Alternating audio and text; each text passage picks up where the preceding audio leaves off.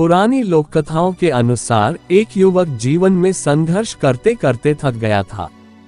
परिवार में आर्थिक तंगी के कारण वह यहाँ वहाँ काम की तलाश में घूमता फिरता था, लेकिन उससे पैसा कमाने के लिए कोई काम नहीं मिल रहा था। इसलिए वह निराश हो गया और आत्महत्या करने का फैसला लेकर जंगल में गया। वहां उनकी मुलाकात एक संत से हुई। संतों ने उससे पूछा, तुम यहाँ अकेले क्या कर रहे हो? युवक ने संतों को अपनी सारी समस्या बताई। तब संत ने कहा कि आपको कोई काम जरूर मिलेगा, इसलिए निराश न हो। उस युवक ने कहा कि मैं पूरी तरह थक चुका हूँ, अब मुझसे कुछ नहीं होगा। संत ने उससे कहा कि मैं तुम्हें एक कहानी सुनाता हूँ, आपकी निराशा अवश्य दूर होगी। कहानी यह है कि एक छोटा लड़का था जिसने एक दिन बांस और नागफनी कैक्टस लगाया। वह प्रतिदिन दोनों पौधों की देखभाल करता था।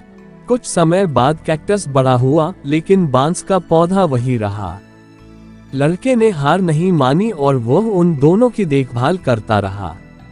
ऐसे ही कुछ महीने बीत गए, लेकिन बांस का पौधा उतना बड़ा नहीं हुआ जितना लड़का सोच रहा था।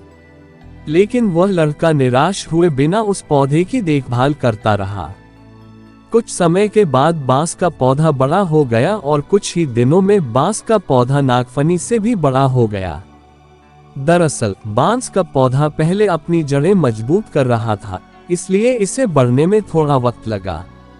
संतों ने उस युवक से कहा कि जब भी हमारे जीवन में संघर्ष हो तो हमें निराश नहीं होना चाहिए और ऐसे में हमें अपनी जड़ें मजबूत करनी चाहिए। एक बार जब आपकी जड़ें मजबूत होंगी तो आप अपने लक्ष्य की ओर तेजी से आगे बढ़ेंगे। तब तक धैर्य रखना चाहिए। युवक संत की बातों को समझ गया और आत्महत्या करने का विचार छोड़कर घर लौट आया। तो इस प्रेरक कहानी की तरह बुरे वक्त में अपनी नींव को मजबूत करें।